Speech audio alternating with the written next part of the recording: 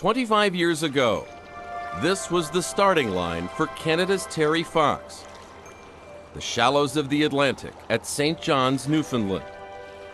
From there, he would head west, into rural provinces, through the streets of Toronto, across countless canyons, and finish near his home in Vancouver, where the sun sets into the Pacific.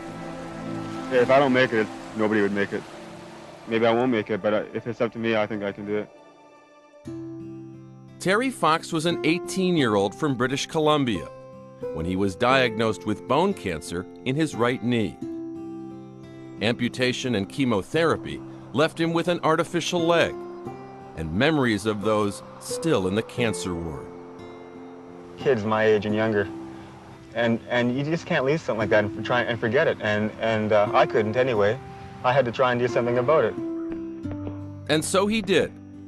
Terry trained on his new leg for 14 months, then told his family that he would run east to west across Canada, hoping to raise $1 million for cancer research. I said, "Why can't you run across British Columbia?" And he said, "Because not only people in BC get cancer." Well, I couldn't argue that. On April 12, 1980, at the easternmost point of Canada, it began, the Marathon of Hope. And Terry would do it by running 26 miles. A marathon every single day. It defies logic, really. Not only running a marathon, who runs a marathon a day? Let alone who runs a marathon a day on an artificial leg? It didn't matter if it was snowing, pouring rain, 90-degree Fahrenheit heat.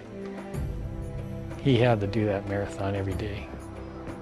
With his best friend Doug Allward and brother Daryl following in a support van, 21-year-old Terry would rise at 4 a.m. to run 12 miles, rest, then do 14 miles in the afternoon, seeking donations across lonely expanses of highway.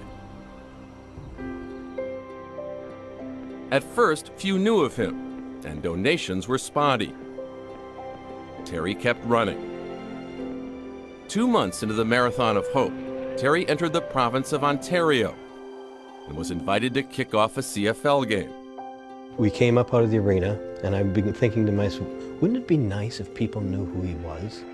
And as we walked towards the sidelines, the announcer started and said, "Ladies and gentlemen, that's as far as he got."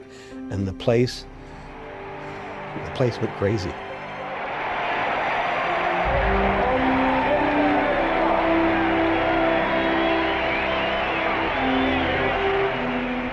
With Bill Viggers publicizing Terry's run, the crowds got bigger. More money flowed in. Terry now wanted to raise $1 for every Canadian, $24 million in all. What resonated with Canadians about Terry was his honesty, his innocence, his determination. That's, I think, why people fell in love with Terry Fox. In Toronto, thousands cheered him. For Canadians, Terry had become an inspirational hero. But what inspired Terry were the children he was trying so hard to help. Children like Greg Scott. I'm crying now because there's somebody here right now who is going through the same thing that I went through. Exact same thing, and he's only 10 years old. And I had the most inspirational day of my life today. And so Terry gave himself an afternoon off from the Marathon of Hope to swim with Greg. It was just the 4th day off in 137 days on the road. Greg was a great boost to Terry at the time, because I don't think at the time Terry wasn't feeling very good. As he approached the city of Thunder Bay on September 1st, Terry Fox had run 3,339 miles, nearly the distance between Miami and Seattle. He was on this stretch of road, at this white marker, when he asked to be taken to the hospital. Thunder Bay was a surprise and shock, and we weren't expecting that. None of us were, including Terry. Doctors there examined Terry's lungs, then offered a diagnosis.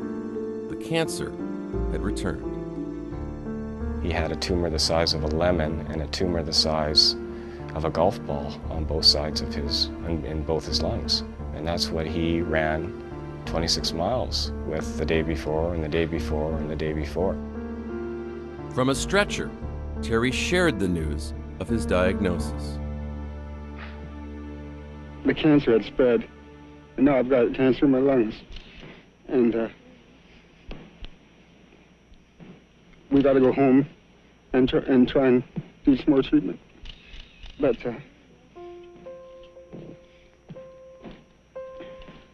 all I can say is if there's any way I can get out there again and finish it, I will. I can remember turning and looking at me, and he said, maybe people now will understand what it was all about. He was so concerned that they had lost focus that what he was doing was to raise money about cancer and about cancer. Terry was taken to a Vancouver hospital to endure new rounds of treatment. Just days later, an impromptu telethon was organized. $10 million. Thank you, Kennedy. As more than $10 million were added to the $2 million Terry had raised, Terry could know his dream of raising $1 for every Canadian citizen would someday be a reality. When Christmas 1980 drew near, Terry confided to his mother a single regret.